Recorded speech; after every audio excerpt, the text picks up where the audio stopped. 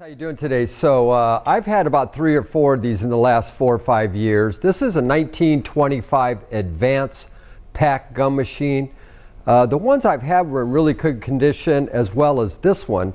I would say on a 0 from 1 to 10, as much as it's been used, I'd probably put it at a 1. The way that you can tell is that the cabinet is in nice shape. Little touch up here and there, which doesn't make it a bad thing, all right, which is nice. However, the important thing is the graphics. As you can see, the graphics are still in excellent shape here, the decal as well as the original manufacturer's tag. This game is super nice. It's a pack gum machine, which is cool. Plays on a nickel. Put a nickel in here and Uno pack gum. 5 cents, 5 sticks of gum. It has both original locks, both original keys. Let me show you inside. This is pretty impressive. I have it unlocked.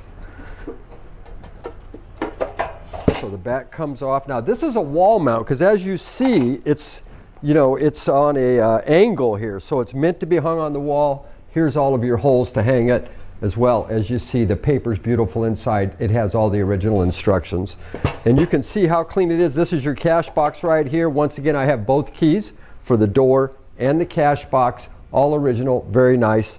The other nice thing is that it has its original weight, okay? If this machine runs out of gum, it will not take your nickel.